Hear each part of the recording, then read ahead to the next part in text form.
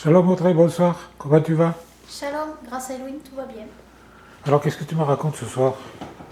Bien, rien de particulier, ça va, grâce à Elohim. J'espère que les gens vont bien aussi, que tous les croyants. Alors, je précise que nous sommes le 3 Octobre octobre 2019 19, et qu'il est, quelle heure il est là? 9h40, 21h46. 21h46, voilà. Donc, chez certaines personnes, c'est beaucoup plus tard, Oui, hein, voilà. ailleurs dans le monde, hein. Voilà. Alors, raconte-moi quelque chose, allez. Je sais pas quoi. Eh bien, comme les gens le savent, c'est Soukot. Enfin, je sais pas s'ils le savent, mais bon, tout le monde ne le sait pas forcément, c'est Soukot, c'est la fête de Soukot. On est en pleine période de Soukot. Alors, bien sûr, les rabbiniques orthodoxes n'ont pas encore commencé la fête parce qu'ils suivent un calendrier solaire lunaire. Pardon, pas un calendrier solaire, un calendrier lunisolaire, comme ils disent, qui vient de Babylone, donc, qui n'est pas le bon calendrier à suivre. Donc, je vous invite à regarder le site de mon calendrier pour voir les bonnes dates à suivre. C'est le calendrier que suivaient donc les juifs de Qumran. Hein. C'est un calendrier solaire thoraïque. Donc voilà, c'est très important d'être aux bonnes dates, hein, telles qu'Elohim les a fixées, pour suivre ces saintes convocations, ces saintes fêtes. Très très important d'être au bon rendez-vous. Voilà. Voilà. Dieu nous donne des rendez-vous. Voilà, Et, exactement. les gens, par exemple les évangéliques, Dieu leur donne un rendez-vous, mais ils ont fabriqué d'autres rendez-vous qui Voilà. ne sont pas dans la Bible et Non. dans la Torah, et que les Israélites ne suivaient jamais, n'ont jamais suivi, comme Noël, et les anniversaires, et puis les il y a d'autres fêtes aussi. Là, on a les voisins là, qui vont fêter Halloween Halloween. bientôt. Il y a même des évangéliques, je crois, qui le font. Enfin, c'est des fêtes païennes, tout ça. Il faut revenir aux fêtes d'Elohim, de Yahweh. Exactement. Voilà. Et Et malheureusement, il y en Yeshua a n'est qui... pas né à Noël non plus, Non, donc non, non, bon, il serait né à Soukot, il en serait né à fait. Sukkot, oui. Voilà. Donc, il faut savoir que voir ma vidéo sur Dieu parmi nous, Soukot, donc, j'explique, enfin, c'est une petite vidéo hein, avec de la musique qui explique le sens prophétique de la fête de Soukot. Et aussi, oui, je voulais parler aussi de ceux qui suivent les rabbins, les rabbiniques orthodoxes. Je suis quand même affligée de voir que certains croyants suivent encore, enfin, ou se laissent influencer, je sais pas, ils regardent toujours des vidéos de rabbins sur Torah Box, etc. Mais pourquoi ils perdent leur temps à regarder ces rabbins? C'est la question que je leur pose. Arrêtez de regarder ces gens-là. C'est des religieux, mais c'est une autre religion, c'est une fausse religion. Ces gens-là, bon, ils suivent pas Yahushua, ils suivent pas Dieu. Dieu Dieu ne vit pas en eux. Donc, qu'est-ce que vous regardez toujours ces gens-là? Je veux dire, arrêtez, lisez la Bible, lisez la parole d'Elohim, priez Yahweh notre Elohim par notre Seigneur et Sauveur Yahushua, dites-lui de vous guider, de vous diriger dans ses voies. Lisez vous-même les Saintes Écritures, ne soyez pas fainéants. Parce que j'en vois certains qui regardent. Alors, je suis affligée, en fait. Alors, dans le milieu chrétien, de voir l'état du milieu chrétien tel qu'il est, en France particulièrement, je dois dire. Pourquoi? Parce que je regarde parfois sur YouTube, par exemple. Je vois, il y a des films, bon, des films bibliques. Mais par exemple, bon, il y a des dessins animés aussi bibliques. Et alors parfois, bon, ces dessins animés prêchent la Bible, prêchent des vérités bibliques. Là, ça va quand c'est des vérités bibliques. Mais c'est mélangé, c'est mixé avec des choses du monde. Et je me rends compte dans les commentaires, en fait, que font les gens. C'est des chrétiens, pour certains, apparemment. Mais qu'ils découvrent la Bible en regardant ces dessins animés. Moi, ça me fait peur. Parce que bon, regarder des dessins animés bibliques, si vous connaissez la Bible, ça va, vous pouvez faire le tri, en fait. Vous pouvez savoir ce qui est dans la Bible ou pas. Mais j'ai l'impression, véritablement, quand je lis les commentaires, que les gens, en fait, ils découvrent la Bible en regardant les dessins animés. Ou alors des films, ou... alors, quand les films bon, suivent littéralement la Bible, bon, ça va, ils découvrent vraiment la Bible. Mais là, en l'occurrence, c'est des mélanges. Parfois, il y a de la Bible, mais parfois, c'est pas toujours biblique. Et puis, c'est des pensées du monde, aussi mélangées. Et les gens se réjouissent de ça. Alors, quand je vois cet état-là chez les croyants, bien, c'est pas réjouissant, quoi. Ça veut dire que l'état des croyants en France n'est pas... Ça va pas. Ça va pas. Mon peuple périt par manque de connaissances. Lisez la Bible vous-même, hein, Ouais. tous les jours. Parce que ça va pas, ça, si vous vous laissez guider par... Et les gens Ouais, sont... apprenez des passages par cœur, Mais des versets. les gens sont feignants. Les gens sont feignants, ils lisent pas la Bible. C'est plus facile de se laisser aller. Alors maintenant, c'est pire qu'avant, j'ai l'impression. Vous vivez à l'ère du Et numérique. Paul, il a dit à Timothée, jusqu'à ce que je vienne applique-toi à la lecture. Oui. Ouais. Alors maintenant, les gens, on vit à l'ère du numérique et ils savent faire que ça, regarder des vidéos. Bon, quand les vidéos sont scripturaires, ça va. Mais le problème, c'est que comme ils connaissent pas la Bible, ils savent pas faire la différence en réalité. Ça, je m'en rends compte dans les commentaires des gens. Et ça m'afflige grandement parce que ils suivent des doctrines fausses en réalité. Alors on dirait des bébés qui savent pas lire. Lisez parce que ça c'est important quand même. Il faut lire vous-même les textes. Du véritable lait Mais spirituel. Oui. Et oui, parce pas que... du lait mélangé avec autre chose. Arrêtez de vous nourrir uniquement de choses imagées, de choses illustrées, parce que c'est plus facile, parce que vous avez la fainéantise, parce que c'est ça en réalité de lire par vous-même. À un moment donné, ça va pas quoi. Si vous regardez des films, quand ils sont regardables, des films bibliques ou des dessins animés bibliques, il faut connaître d'abord au préalable ce qui est écrit dans la Bible pour faire la distinction entre ce qui vient de Dieu et ce qui n'est pas, ce qui est rajouté en fait. Sans ça, vous suivez en fait des fausses doctrines, vous suivez quelque chose de mêlé, de mélangé. Et vous ne suivez pas véritablement la parole de Dieu, vous ne croyez pas véritablement à la parole de Dieu. Et ça, c'est gravissime. Et je vois que le peuple, maintenant, c'est Facebook, c'est Twitter, c'est YouTube, etc. Et j'ai l'impression que les croyants, ils se nourrissent que de ça. La Bible, elle est rangée dans un côté, et c'est tout. À la limite, ils vont au culte le dimanche, et le pasteur leur lit quelques versets bibliques. Ils ne connaissent strictement rien de la Bible, en réalité. Vous ne connaissez pas votre Bible. Moi, c'est ça que je constate. Pour certains, peut-être qu'il y en a qui la connaissent. Oui, non mais je parle de la majorité, de la grande majorité en fait. Alors les gens n'ont peut-être pas le temps de la lire, mais ça, c'est un temps précieux qu'il faut prendre quand même. Hein. Il faut le prendre le temps de la lire quand même, parce que même, prenez ce temps-là, au lieu d'aller regarder la télé, mais prenez quand même le temps de lire votre Bible avant. De regarder des films bibliques, par exemple. Pour pouvoir filtrer ce qu'on regarde, il faut connaître l'original comme il faut. Évidemment, il faut quand même que vous vous imprégniez. Il faut lire. Lire, parce que dans les églises, les pasteurs ne vous lisent pas véritablement la Bible, l'intégralité. Vous savez, dans... Qu'est-ce qu'ils lisent? Ils lisent la Bible, quand même. Oui, mais pas en intégralité. Je veux dire, ils lisent des passages, des petits bouts comme ça. Ah, oui, mais les gens ne connaissent pas véritablement les Saintes Écritures en intégralité. Ils ne les lisent pas. Donc, et maintenant, c'est de pire en pire. Je me rappelle, quand je me suis converti, au début, je lisais beaucoup la Bible. Oui, bien sûr. Et à un moment donné, le pasteur disait, lisez 10 chapitres par jour. Oui, non, mais il faut... Bon, je lisais, quelquefois, j'ai lu 10 chapitres par jour. Il faut lire au moins... Moi, à un moment donné, je lisais, je ne sais plus combien de chapitres, dans l'Ancien Testament et dans le Nouveau, tous les jours. Mais là, je ne lis pas parce que je connais énormément la Bible. Oui. Je vous écoute à vous quand vous lisez, je t'écoute à toi quand tu lis, pour toutes les fêtes et tout ça. Je vais beaucoup sur Internet, j'ai beaucoup de passages dans ma tête. C'est vrai que j'ai une Bible dans la tête maintenant. Quand je veux un passage, il me sort dans la tête. Et quand tu as besoin d'un passage, je me dis, papa, tu sais où il est ce verset, qu'est-ce qu'il dit? Puis je le lui sors comme ça, sans chercher, parce qu'il est dans ma tête.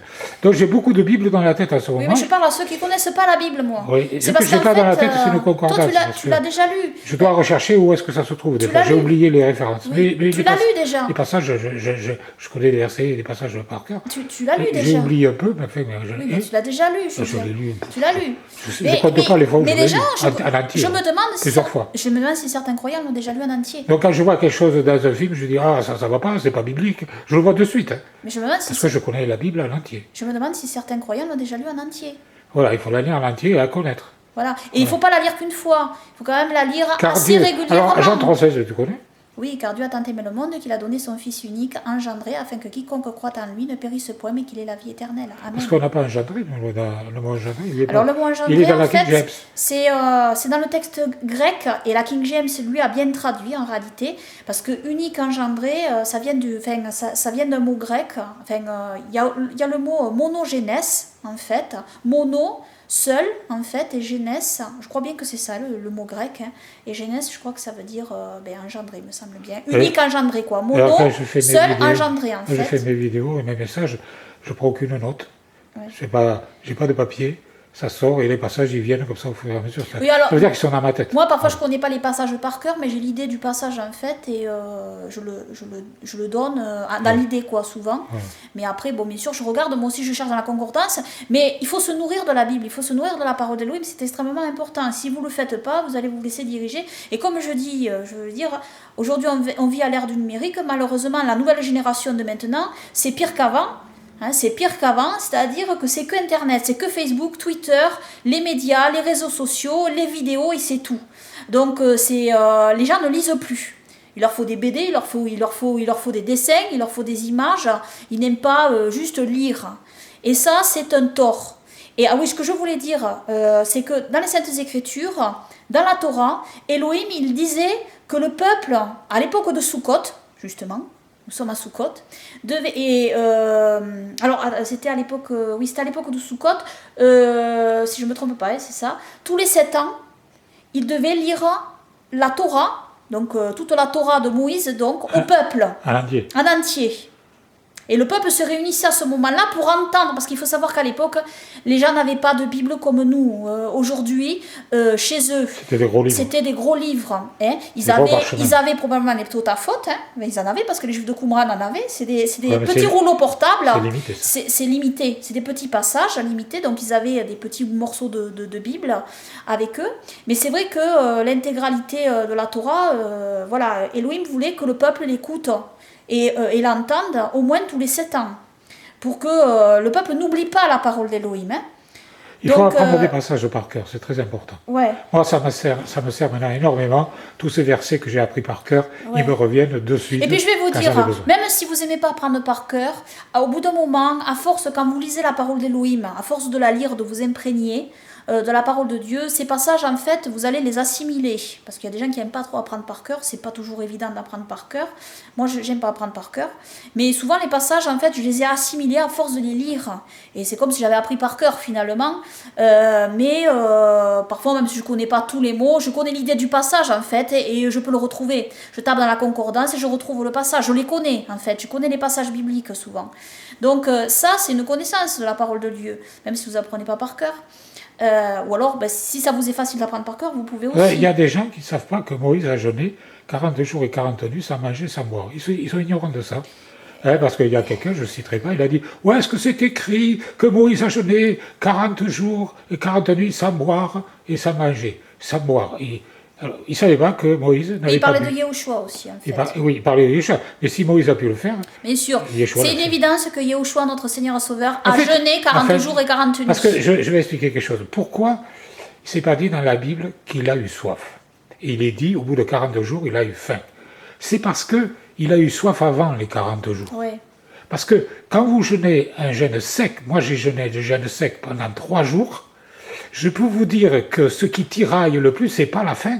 C'est la soif. On n'a pas faim forcément, on a soif et ça vous tiraille et ça vous fait souffrir parce que vous avez soif. Je me rappelle, je me promenais dehors quand il y avait de la pluie, j'avais l'impression de boire par les pores de la peau et ça me faisait du bien.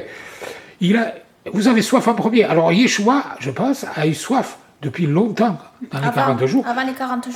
C'est pour ça que c'est pas dit. C'est pour ça que c'est pas dit. Par contre, il n'avait pas faim. Il n'avait pas faim. Il n'a eu faim qu'au bout de 40 jours. C'est pour ça que c'est dit, oui. que ça parle que de la faim. Parce qu'il a eu soif avant, mais il n'avait pas eu faim avant. Oui. Et il a eu faim qu'au bout de 40 jours. Oui, bien sûr. Voilà pourquoi il n'est mentionné que la faim. Voilà. Parce que la soif, elle devait être là, bien à mon avis, oui, bien avant. Oui. Bien avant, et c'est pour ça que c'est pas dit. En fait. Voilà. Et donc, de toute manière, savoir que dans les Saintes Écritures, quand il est question de ne pas manger, c'est toujours un jeûne sec, sans boire, hein, dans les Saintes Écritures. Ça, il faut quand même connaître aussi les Saintes Écritures en fait, pour comprendre cela. Moi, je sais que si on n'est pas en bonne santé, eh bien, Elohim le sait. Oui, tout à fait. Si vous avez des problèmes de diabète, de sucre, mais ça peut être dangereux d'arrêter de manger si vous pouvez faire un malaise. Hein. Voilà, tout à fait. Alors, si les gens sont malades, moi j'ai essayé, des fois j'ai pas pu, hein, parce que je fais des problèmes d'hypoglycémie en ce moment, et si j'arrête de manger, je peux faire un malaise. Donc j'ai pas fait. Mais il y a eu des fois où c'était en dehors de ce côté, je l'ai fait parce que je pouvais le faire. En dehors de Yom Kippour. De Yom Kippour, voilà. Et je pouvais le faire. J'ai fait 3 jours. Même quand j'étais jeune, je crois, j'ai fait 4 jours ou 5 jours, mais les 2 derniers jours, ou 3 derniers jours, j'ai bu, mais j'ai pas mangé. Donc, j'étais jeune, j'étais plus costaud que maintenant. Maintenant, quel âge j'ai 71, 72, je crois. Je vais vers 72, c'est ça. Hein. Je ne sais jamais mon âge. Oui, voilà. oui. Ouais, enfin, je vais avoir 72 ans. Grâce à Elohim. Oui. Hein, et je suis très fatigué par moment. Et j'ai pas pu jeûner, en fait. J'ai essayé. Oui, bien J'ai sûr. essayé, et puis En réalité- je ne me sentais pas bien du en tout. réalité- Il a fallu que je mange. Mais Elohim le sait. Voilà, Il Elohim sait sait ceux si qui vous peuvent. voilà, Il sait ceux si qui vous peuvent. pouvez ou pas, en Et fait. qui ne veulent pas le faire. Voilà, exactement. Hein. Et puis ceux qui veulent le faire et qui ne peuvent pas. Exactement. Donc si vous ne pouvez pas, Dieu ne va pas vous en tenir rigueur. Voilà. Hein. Mais c'est possible. Il parle pour en les gens fait, qui peuvent, pas pour ceux qui peuvent Quand pas. vous êtes en bonne santé, c'est possible. Moi, grâce à Elohim, ma mère et moi, on a pu. Ça va, on y est arrivé, on n'a pas bu, on n'a pas mangé. Après, c'est vrai que, comme mon père, si vous avez des problèmes de diabète, d'hypoglycémie ou même d'autres problèmes, des problèmes rénaux, des problèmes assez importants, Elohim le sait, hein. Donc le but c'est pas que vous tombiez malade. Mais ça je l'ai déjà expliqué dans ma vidéo sur Yom Kippour.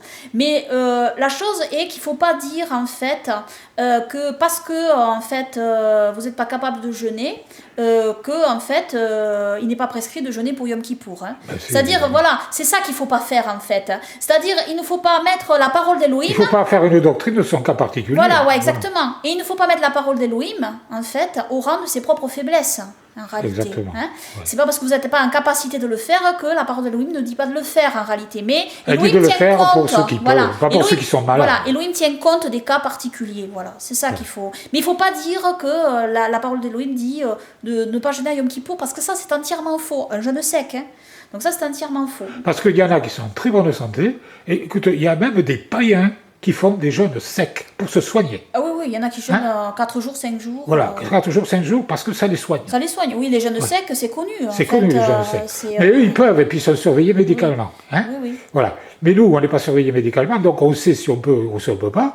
Et c'est Elohim qui va juger. Mais hein. bien sûr. Nous, on ne vous juge pas si vous ne faites pas parce que vous êtes malade. Ben hein. oui, bien sûr. Il n'y a pas de quoi juger là. Non, non. Hein. Bon, Dieu ne veut pas qu'on meure parce qu'on veut suivre, obéir à ses préceptes. Pas Non, du non, tout. bien du tout. Hein. Il s'est fait pour vivre, pas pour mourir. Oui, hein. bien sûr. Voilà. Donc le but après, ça ne vous empêche pas de vous humilier ce jour-là, hein, de ne pas Absolument. travailler, et de suivre Absolument. ce que vous pouvez suivre ce jour-là, de prier, et voilà. Et puis quand on peut jeûner en dehors, même on peut le faire. Ben hein. oui, bien sûr. Voilà. Si Moi, vous je l'ai fait pouvez, plusieurs fois. si vous l'avez à cœur et si vous pouvez, bien sûr. Hein. Bon, allez, on va se quitter là. Oui, je crois que j'ai Mais dit ça ce va que être je- lassant qu'on chante toujours le même chant, non? Alors ce chant, en fait, c'est notre hymne. Il y a des gens qui vont dire, ouais, qu'est-ce que c'est lassant? Ils répètent toujours pareil. Ce chant, c'est notre hymne. Hein. C'est comme l'hymne national de certains pays. Hein, vous voyez, ils ont leur hymne nationaux. Eh bien, nous, notre Et hymne nous, national, nous, c'est c'est marrant, celui-là. si ça lasse certaines personnes, peut-être, je ne sais pas, c'est possible, mais nous, ça ne nous lasse pas. hein. Non, Je ne pense pas que là, Yahweh se lasse qu'on lui chante ça. non, non, non. je Allez, pense pas. on le chante. Ah, t'es sûr hein? Oui, oui. On va lasser des gens. Non, mais c'est pas grave, ça. Allez, on le chante. Alléluia, Alléluia, Alléluia, gloire à Yahweh. Alléluia, Alléluia, Alléluia, gloire à Yahweh. Gloire à Yahweh, Alléluia. Gloire à Yahweh, Alléluia. Gloire à Yahweh, Alléluia. Gloire à Yahweh. Gloire à Yahweh, gloire à Yahushua pour toujours et que son règne glorieux vienne et que nous demeurions toujours dans la sanctification, dans sa paix et dans sa sécurité. Amen. Alors là, je vais dire quelque chose qui va choquer les gens. Pas tous. Yeshua est Elohim. Ah ben, il y en a qui n'aiment pas. Hein. Elohim est Yahushua. Amen. Tu m'as cité un verset tout à l'heure, rappelle-moi. Alors, un verset très important pour ceux qui nient la divinité de notre Seigneur et Sauveur Yahushua. Il est écrit dans la parole d'Elohim. Je vous invite à le rechercher dans la concordance biblique. Que Yahushua est le même hier, aujourd'hui et éternellement. Amen. Alors, bien connaître les Saintes Écritures pour comprendre ce verset. En réalité, ce verset dit tout simplement que Yahushua est Yahweh, Yehovah, notre Elohim, notre roi. Pourquoi? Parce qu'en réalité, il faut savoir que Yahweh est saint, 3 fois saint, c'est-à-dire saint, saint, saint et Yahweh. Hein, il est dit, par exemple, dans le livre de l'Apocalypse, qu'il est... Le premier et le dernier non. C'est dit aussi ça. Oui, oui, bien sûr, c'est dit aussi, bien sûr. Parce qu'il dit, je suis le premier et le dernier, la fin, et Yahweh dit dans la première alliance aussi, il dit, je suis le premier et le dernier, il dit exactement pareil. Alors il ne peut pas y avoir deux premiers et deux derniers, il y en a qu'un. Il faut savoir, alors je reviens sur... Il est assis sur le trône avec son père. Voilà. Bon. Et je veux revenir sur ce que je disais, c'est que le nom de Yehovah, le saint nom de Yahweh, notre Elohim, que son nom soit béni et honoré, Amen, c'est un passé, un présent et un futur, en hébreu, hein, dans les Saintes Écritures. Et ça, les Hébreux le savent pertinemment. C'est-à-dire, il est un éternel présent, Il est passé, présent, futur. Il est éternel. Et ça parle de Yeshua. Oui, il est l'éternel. Et qu'est-ce qu'il dit, Yahweh, dans la première alliance? Il dit, je suis l'éternel, je ne change pas. Donc c'est pareil, quoi. Voilà, aucun des deux ne change, et tous les deux ont existé voilà. depuis toujours. Voilà. Gloire à Yahweh qui était, qui est et qui sera. Hein? Lisez l'Apocalypse et vous verrez qui était, qui est et qui sera. Et ça parle de Yeshua. Et ça parle de Yahweh, notre Elohim, dans le livre de l'Apocalypse. Oui, et dans un autre passage, il est question de Yehoshua qui est le même, hier, aujourd'hui et éternellement. Bien évidemment, Yehoshua est Yahweh. Donc il n'y a aucun homme sur terre qui est le même hier, aujourd'hui, éternellement. Il n'y a que Dieu. Non, il n'y a que Dieu. Il n'y a qu'Elohim. Il y a tellement de versets bibliques qui prouvent la divinité de notre Seigneur et Sauveur Yehoshua. Paul dit que Yehoshua est Dieu fait chair. Oui. Tout a été créé par lui et pour lui. Il est Emmanuel. Au commencement était la parole, et la parole était avec Dieu. Et la parole a été Dieu. faite chair. Et alors ceux qui critiquent, ils disent, ouais, mais non, c'est un Dieu, c'est pas Dieu. Oui, mais l'article définit, il n'y est pas dans l'original. Non, il n'existe pas. Non. Et la parole était Dieu.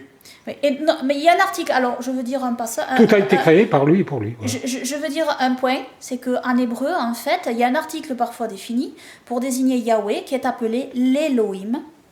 Yahweh est appelé l'Elohim, le Dieu, en fait, aussi. Voilà, il y a cet article défini qui est passé. Parfois il y est pas, en fait. Mais c'est Yahweh, en fait. Là, il n'y est pas dans ce passage qu'on a cité là. Au commencement était la parole, et la parole était Dieu. Non, là, il n'y est pas, non. La parole donc, était Dieu, mettent, et la parole a été faite chair, tout simplement. Et la parole a été faite chair. Voilà. Et il a tabernaclé avec nous. Parmi nous. Voilà, parmi nous. Parmi Sukkot. nous. Tabernaclé fait référence à la fête de Sukkot. Voilà. Dieu s'est donné un fils qui est devenu son bras. Voilà. Ils n'ont pas reconnu, dit le Isaïe, bras de l'Éternel. Le bras de l'Éternel. Voilà. Ésaïe 53. Le Père est en moi, je suis dans le Père. Et puis, alors c'est étrange quand même, parce que Thomas, il a dit, mon Seigneur et mon Dieu. Et mon Dieu. Amen. Il aurait été repris si ça n'avait pas été vrai. Hein? Celui qui m'a vu a vu le Père, a dit Yehoshua. Ouais, ça, ils vont te sortir des trucs. Oui, ce qui m'a vu a vu le Père. Et Yehoshua a dit, je suis d'en haut, vous êtes d'en bas. Je viens d'en haut. Je suis né d'en haut. Ouais. Voilà. Donc, on va pas rajouter parce qu'il y en a plein de passages comme ça. Je ne sais pas comment il faut pour pas le voir. Emmanuel, Dieu avec nous. Ils sont pas en vie. Dieu avec nous. El Gibor. Ils vont chez les rabbins. Les rabbins vont vous expliquer. Voilà. Non, les rabbins, ils n'ont pas raison. Il sera appelé El Gibor. Dieu puissant.